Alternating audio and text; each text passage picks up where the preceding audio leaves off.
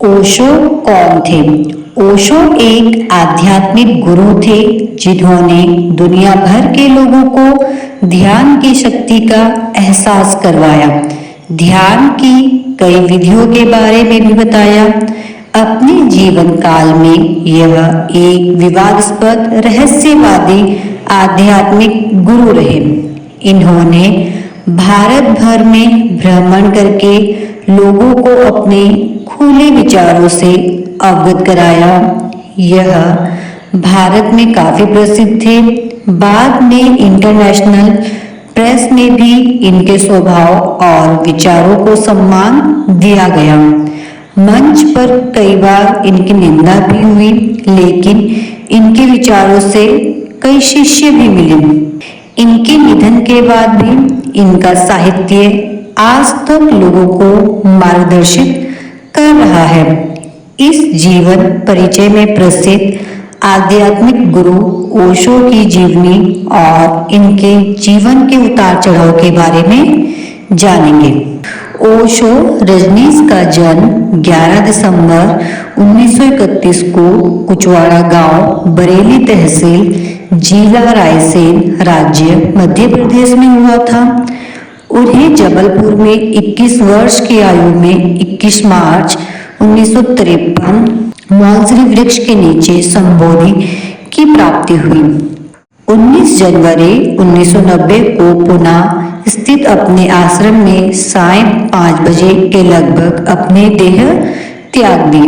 उनका जन्म नाम चंद्रमोहन जैन था।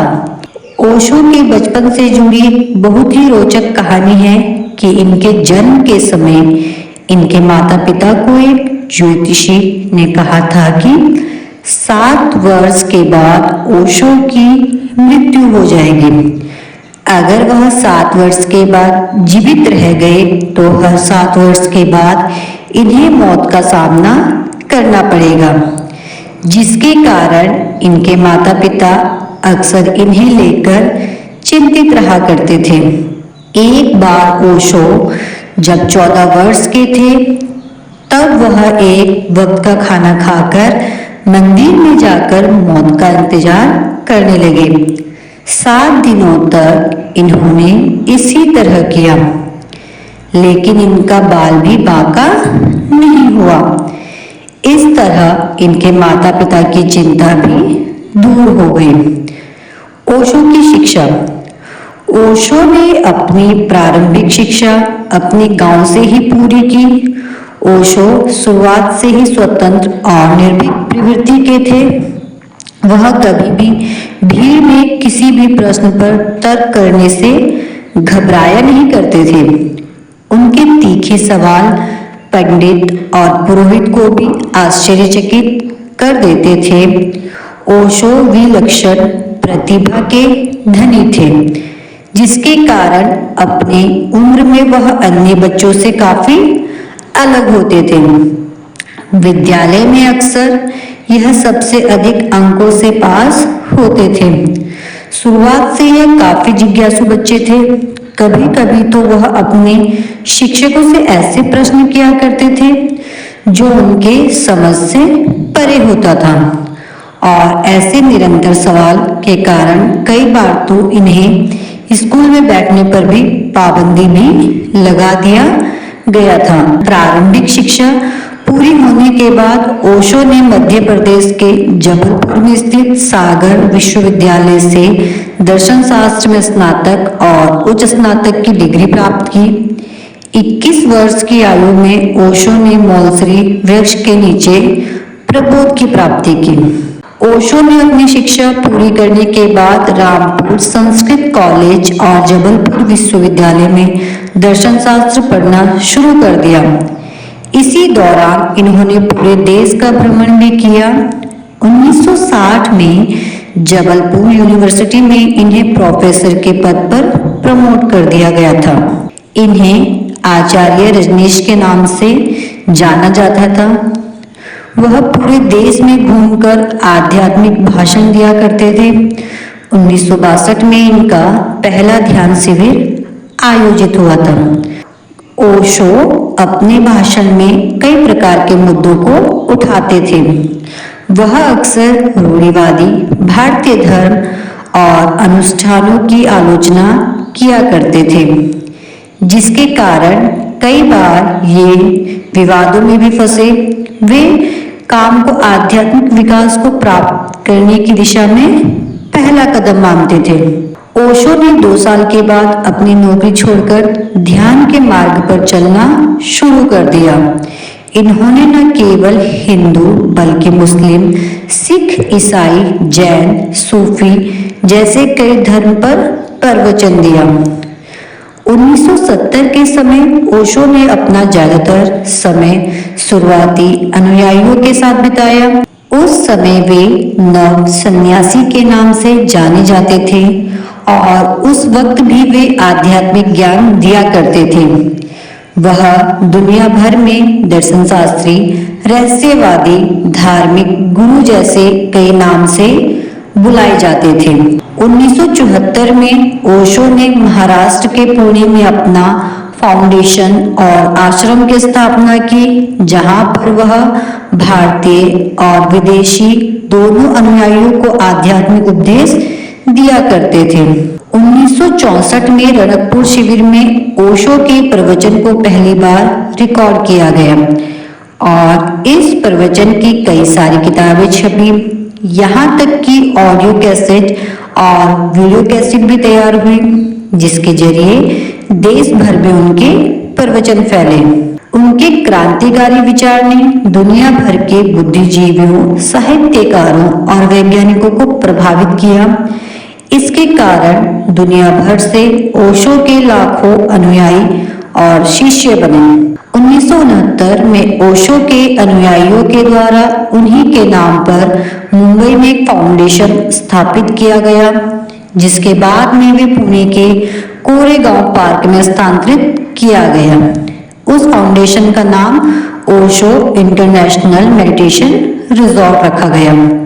1985 में उन्होंने अमेरिका को छोड़ दिया और बाकी देश के भ्रमण पर निकल पड़े, लेकिन अमेरिकी सरकार के दबाव में उन्हें 21 देशों में रहने पर प्रतिबंध लगा दिया गया, जिसके बाद में फिर वे भारत लौट आए। भारत आने के बाद ओशो फिर से अपने पुणे के कोरेगांव पार्क में स्थित आश्रम में रहने लगे और फिर उन्होंने प्रवचन देना शुरू कर दिया। इस दौरान अक्सर समाचार पत्र और मैगजीन में उनके लेख प्रकाशित होते रहते थे। धीरे धीरे उनकी तबीयत बिगड़ने लगी, वह अंदर ही अंदर कमजोर होने लगे। उनकी बिगड़ती तबीयत का कारण बताया जाता है कि साल 1985 में एक बार में अमेरिकी जेल में कैद थे, जहां पर उन पर काफी प्रताड़ना हुआ। उन्हें थैलियम नामक धीमा जहर भी दिया गया था, यहाँ तक कि उनके शरीर को रेडिएशन से भी गुजारा गया था, जिसके कारण उनका शरीर कमजोर होने लगा था।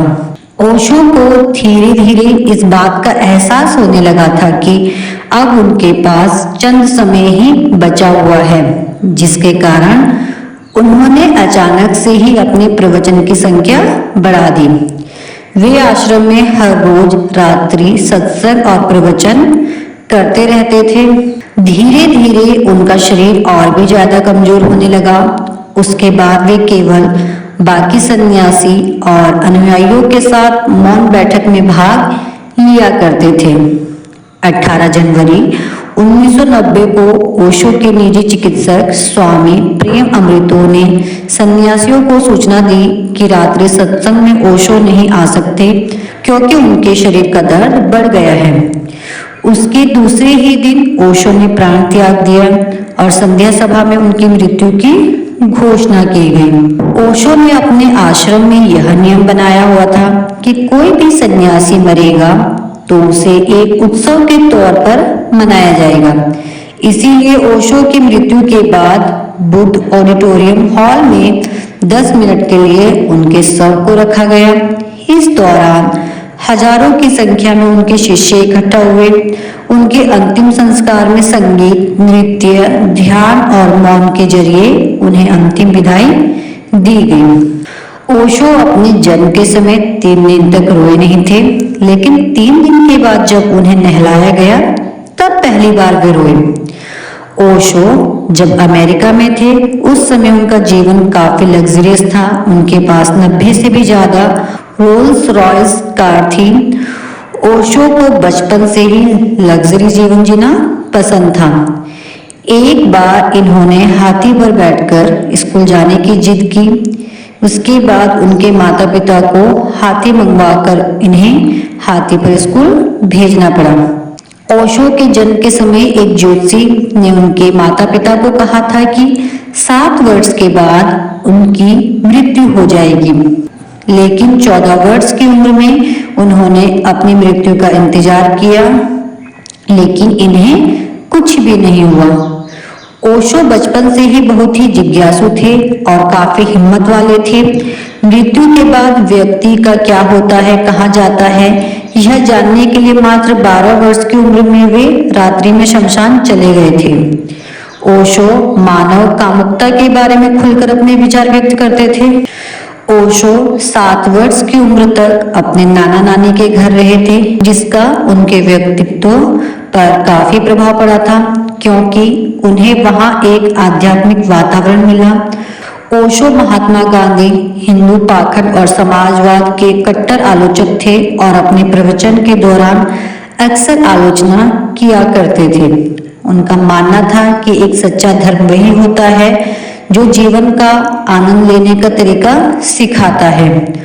ओशो राष्ट्रीय स्वयंसेवक संघ और इंडियन नेशनल आर्मी जैसे भारतीय राष्ट्रवादी संगठन से भी जुड़े हुए थे, लेकिन बाद में इस संगठन को उन्होंने छोड़ दिया था। अपने कॉलेज के दौरान ओशो खाली समय में स्थानीय अखबार एजेंसी में सहायक संपादक के रूप में नौकरी किया करते थे।